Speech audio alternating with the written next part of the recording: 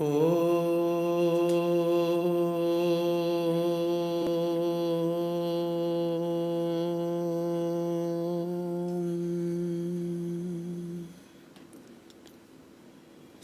पन्थामनुचरेम सूर्यचन्द्रमसाविव पुनर्दधता घनता जानता संगमे मही। आज इस इंटरनेशनल कॉन्फ्रेंस के 9वें आयोजन में योगा इन सिनर्जी विद साइंस अच्छा विषय है। मेरी पुस्तक भी है, योगा इन सिनर्जी विद मेडिकल साइंस है। आपने साइंस कर रखा है, मेडिकल साइंस के रूप में मेरी बहुत बड़ी किताब है, और जिसको हमने पहली बार पूरी दुनिया में योग को एक एविडेंस बेस्ड मेडिसिन के रूप में स्थापित करने का काम उसके माध्यम से हुआ है। तो उस विधा को आगे बढ़ाने के लिए आप सब ने प्रयास किया है, कर रहे हैं। इसके लिए आप सबका बहुत ही धन्यवाद है, आप सबको मेरा प्रणाम है। आदरणीय वीसी साहब, जो बहुत ही ऊर्जा के साथ में, विनम्रता के साथ में, सेवा के भाव से और विश्वविद्यालय को एक अपना परिवार समझते हुए, विश्वविद्यालय के जुड़े हुए सभी सदस्यों को उसके अंग समझते हुए, तो परिवार व उससे जुड़े हुए सभी अंगीभूत सभी प्राध्यापक गणों के विकास के लिए बहुत चिंता करते हैं, सोचते हैं। ऐसे सोच और विद्वान कुलपति आपको मिले हुए हैं, इसके लिए भी आप बहुत ही सौभाग्यशाली हैं। और मंच पर आदरणीय हमारे शर्मा जी, जिनको आपने सुना, विश्वविद्यालय के, हमारे पतंजलि के बहुत समय तक हमारे सहयोगी रहे, हमारे पार्ट हैं, अभी भी जुड़े हुए हैं। और आदरणीय कामाख्या जी, तो ये तो सब आपकी आयोजन के मूल में हैं, सूत्र में हैं। आदरणीय हमारे अवस्थी जी लगे रहते हैं, पूरा हमारे जोशी जी, और आप सभी हमारे सम्मुख जितने भी हमारे बंधु हैं, हमारी भगिनियाँ, हमारे प्यारे छात्रों, बच्चों। योग, हम सब जानते हैं कि योग की बात हो रही। योग क्या है, पुनरअपि कुछ विषयों में मैं थोड़ी सी बातें रखना चाहता हूँ कि हम लोग जब योग की बात करते हैं तो ठीक है, हम जानते हैं कि महर्षि पतंजलि को हम जानते हैं, अष्टांग योग के विषय में कुछ समझते हैं। अष्टांग योग के साथ साथ में हम बाकी जो भी है ध्यान योग हैं, कर्म योग हैं, भक्ति योग है, लय योग है, यानी हठ योग है, विविध तरह के योगों की भी हम कल्पनाएं करते हैं। वस्तुतः योग क्या है, योग को यदि समझना है तो जो भौतिक दृश्य है, उस भौतिक जगत से जो ये जो पूरा ब्रह्मांड है, ब्रह्मांड की जो असीम जो सीमा है, क्योंकि हमारे लिए ब्रह्मांड असीम है, परमात्मा के लिए उसकी सीमाएं हैं।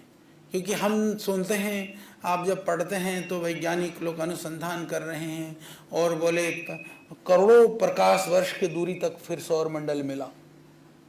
कल्पना करिए, 6 मिनट में तो सूर्य से इतने करोड़ों किलोमीटर दूर से प्रकाश पहुंच जाता है। जो प्रकाश वर्ष की करोड़ों प्रकाश वर्ष की दूरी पर है, तो हमारे मस्तिष्क से हम उसको सीमा में नहीं बांध सकते। हमारे लिए ब्रह्मांड भी असीम है, इसलिए पर वो परमात्मा की सीमा में है। उसके कितना बड़ा क्षेत्र और दायरा होगा, वो सिर्फ भगवान ही जान सकता है।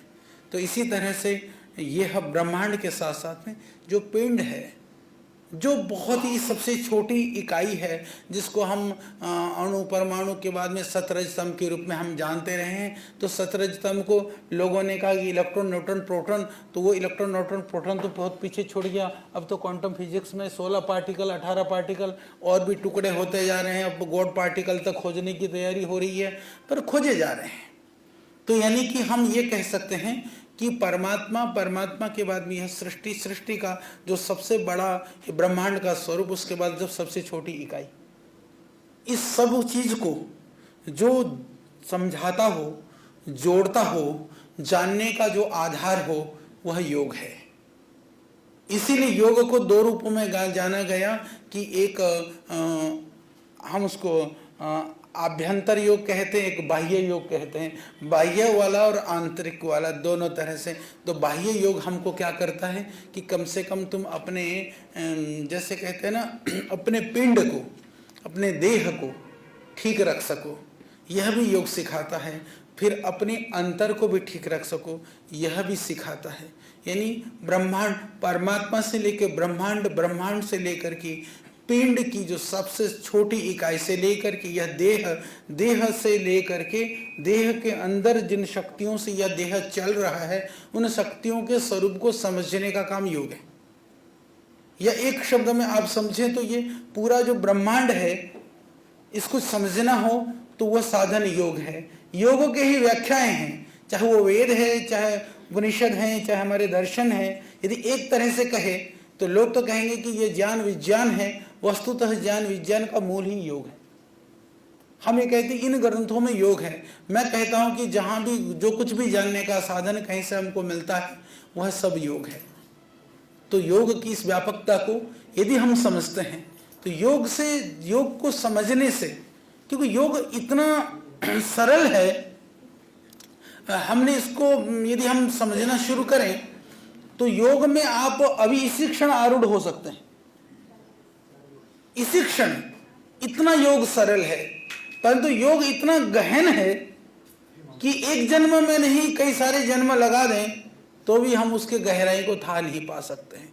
यदि भौतिकी जगत की दृष्टि से, यदि उसको समझाने की दृष्टि से हम कहें कि योग वह समुद्र है जिसके किनारे पर कोई भी बच्चा खेल कूद सकता है, वो इतना गहरा है कोई भी उसकी थाह को नहीं पा सकता, इतना व्यापक और विशाल है। फिर हमारे लिए योग कैसे काम करेगा, ये तो परमात्मा की कृपा और व्यवस्था। इस वर्तमान समय में श्रद्धेय स्वामी रामदेव जी महाराज के पुरुषार्थ और तप से आज पूरा दुनिया योग शब्द को जानने लगा है। आपको ये जान करके बड़ी खुशी होगी कि दुनिया में बहुत सारी भाषाओं के बोलने वाले लोग हैं। बोलियां और भाषाओं को मिलाया जाए तो हजारों की संख्या होती है, और मुख्य यदि भाषाओं की बात करें तो भी लगभग 10 लाख लोग जिन भाषाओं के बोलते हैं, ऐसी भाषाएं भी 100 से ज़्यादा हैं। यदि पूरी दुनिया के अंदर यदि कोई ऐसा शब्द है कि जिस शब्द का अर्थ या जिस शब्द को जो लोग जानते हों, तो वह योग शब्द है। योग शब्द को सब जानते हैं कि योग का मतलब श्वसन की क्रियाएं, योग का मतलब शारीरिक पोस्चर, योग का मतलब बैठ करके ध्यान करना। इस तरह से पूरी दुनिया के जो 800 करोड़ से ज़्यादा की आबादी है, उन आबादियों में सबसे ज़्यादा जिस शब्द को जाना जाता है वो शब्द आज योग है। आयुर्वेद शब्द को नहीं जानते लोग आज। मैं आपको बता दूं कि आयुर्वेद हम कह दें और कहें कि भाई आयुर्वेद क्या होता है, लोग नहीं जानते। विदेशों में तो हम आज भी आयुर्वेद को हम लेकर के जाते हैं। आयुर्वेद को हर्बल सप्लीमेंट और फूड सप्लीमेंट के रूप में लेकर के जाते हैं। हमारे डिब्बे के अंदर जो है कहीं एक जगह तो लिखा होता है आयुर्वेदिक, पर अन्यत्र लिखा होता है हर्बल सप्लीमेंट।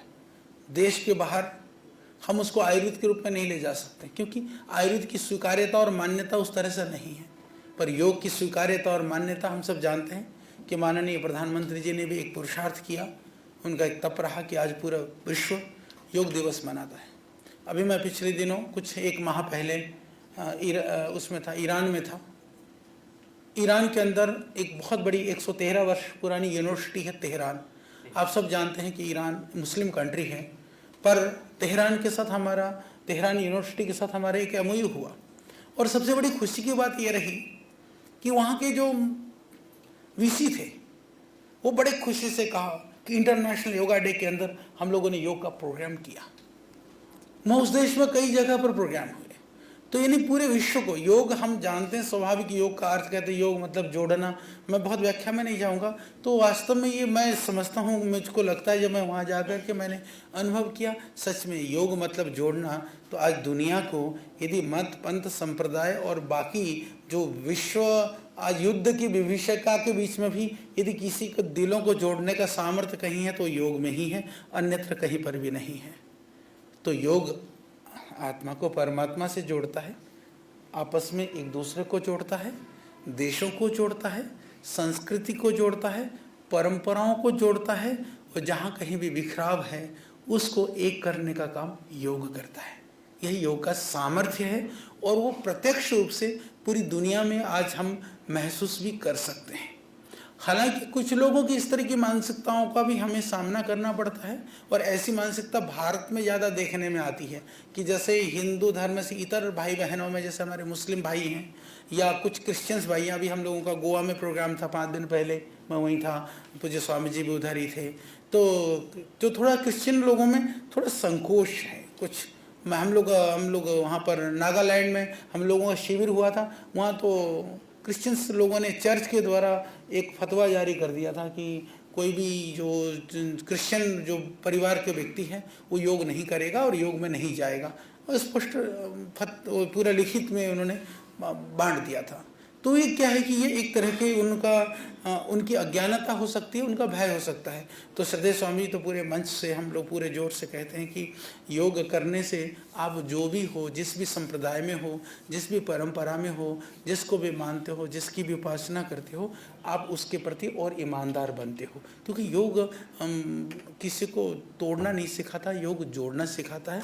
तो योग के साथ में इस संदेश को हमको लेकर के जाना भी होगा, ये आज की आवश्यकता है। सच मानिए, जैसे अभी शर्मा जी कह रहे थे कि संसाधन खत्म हो रहे, 200 साल 300 साल 400 साल में क्या होगा, जनसंख्या बढ़ रही है। सच में ये विचारणीय विषय है, पर तो इससे अगला भी विचारणीय विषय है। मैं तो कहता हूँ आने वाले 2-3-4 सालों में क्या होगा अभी सोचा नहीं जा सकता। जिस स्थिति में जो घटना की जो स्थितियाँ बन रही हैं, भगवान न करे कि जो भयावह रूप दिखने में आ रहा है वो कहीं कुछ घटित हो जाए, पर हम इसको आंख मूंद करके भी नहीं रख सकते हैं। हम कभी यह नहीं कह सकते कि मैं अपने घर में सुरक्षित हूँ। जब विश्व सुरक्षित नहीं है तो फिर हमारा घर कभी सुरक्षित हो नहीं सकता। तो विश्व को सुरक्षित करने के लिए भी यदि देखिए जितने भी हैं जो हथियार हैं, जितने भी गोला बारूद और बड़े बड़े बम जो इकट्ठे करके रख रखे हैं, इससे दुनिया में कभी शांति आ नहीं सकती है। क्योंकि वैर से कभी वैर की समाप्ति हो नहीं सकती है। वैर की समाप्ति तो वह विवेक से और विवेक के बाद में जो पैदा होने वाली शांति से ही संभव है। तो वह योग ही सिखाता है। दुनिया में दूसरा कोई ऐसा साधन नहीं है, कोई ऐसी विधि या कोई ऐसी परंपरा नहीं है।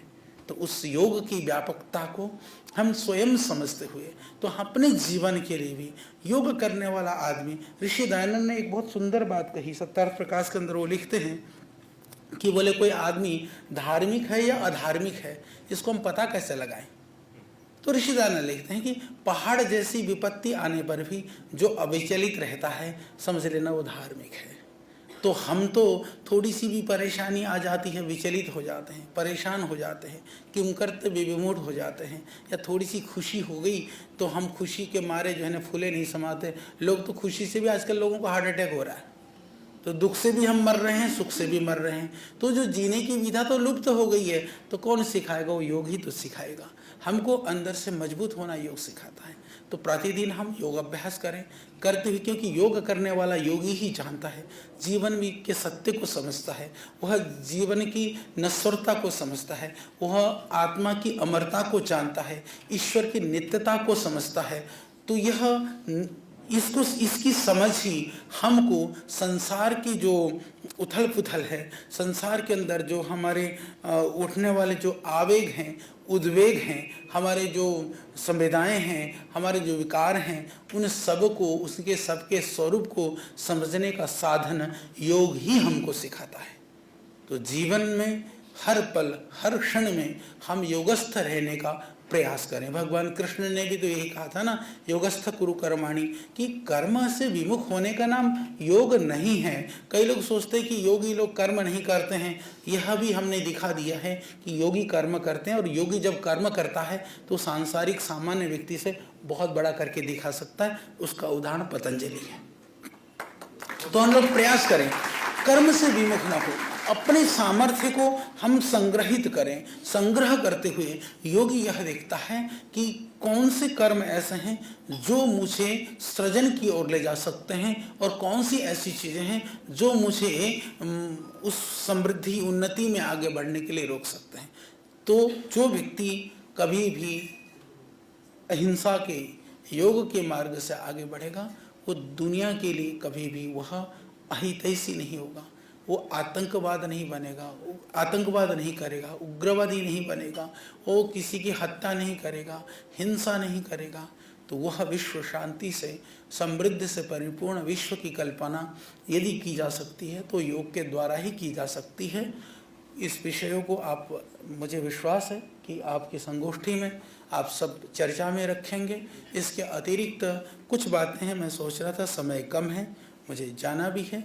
मेरी एक विज्ञान की कसौटी पर योग है, मैं योग विज्ञानम एक पुस्तक है मेरी, तो योग विज्ञानम को आप जरूर पढ़ लेना। और क्या मैं कुछ उपलब्ध वैसे भी करा दूंगा, कुछ आप जरूर उसको पढ़िएगा, क्योंकि योग को लेकर के भी बहुत सारी भ्रांत अवधारणाएं हम योगियों में ही हैं, आपस में भी है। कई लोगों ने पहले कहा कि वो जो है कपालभाति जो है वो प्राणायाम है कि नहीं है, भस्त्रिका प्राणायाम है कि नहीं है, वो एक बात है।